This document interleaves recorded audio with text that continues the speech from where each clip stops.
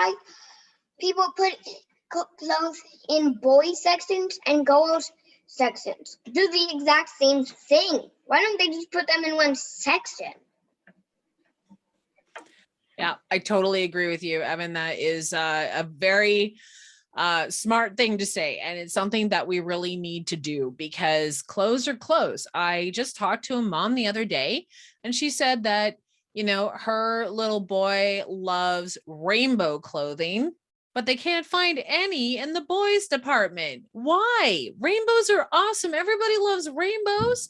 And for some reason, it's only in the girls department. So that's where he gets the clothes from, which is totally fine. But why don't they just have them all together? It doesn't make sense. So you're so right about that. I second that. I personally love glitter on things I wear and like especially socks because having good socks is like the best thing. But my mom went to get some for like my size and gender because I'm a boy, and they didn't have any. I'm wearing white socks now. The closest I have is a black sock with this thin of a pink stripe in it. That's all I have. Wow. Yeah, that's such a shame. We definitely need to see more. I know that, for example, like my wife, Zoe, she has bigger feet than a lot of women, and good luck finding a lot of her favorite shoes in those sizes, which doesn't make any sense. Just have them in all sizes, have them for all genders. I don't understand the separation. So if I ever come across like larger size glitter socks, I'm going to send them over to Lindsay so she can give them to you. That would be so lovely. Yeah, I'm gonna go look in now too. It's gonna be my Yep. mission. Yeah, we got this.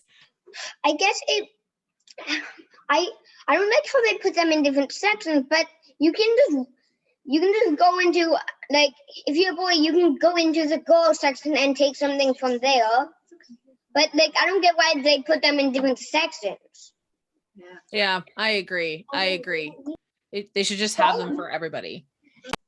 At that point, I do have some, like, my favorite sweater right now. At this point, my mom did, like, it was like actually a boy, like it was in, I don't even know if it was in the boys section, but mom just took it and apparently it is a boy size. And then we found another sweater like that, and then I got confused because the zipper is on the other side. And why? It doesn't make sense. Just have all the zippers and the buttons on the same side. You know what? 2 of my favorite sweaters are from the men's section, and I love them. One of them even has like it's all getting worn here because it's so old, and I love it so much. I think when you have clothes that you love, it doesn't matter where they come from. Just buy them and wear them and just feel good in them. Well, there, just so you know, Amanda, there is some things going on in the chat. Pink is my favorite color. I like purple best. Me too. Fashion has no gender. They're all. Yes. Yeah, I agree. So all of that. Yeah. Okay. The question is, did anyone else have a question, or should I go to the one in the chat? The question in the chat, I think you kind of answered it, Amanda, but I'm going to try to ask it in a different way. And I guess you answered it in that now that you identify as non-binary, this question might not be as relevant, but did you feel pressure to, when your wife came out as transgender, to kind of redefine your own identity, and did you identify as a lesbian then? And is this a question that's okay to ask as well? We weren't sure about this. So let me know what you think about all of that. No, that's, you know what, that's fine. So because I talk about this openly, and I'm very comfortable with it. So I actually knew that I don't know if I'd use the term lesbian now that I identify as non-binary, but let's just go with it anyway. I knew that I was attracted to women or girls at the time when I was very young.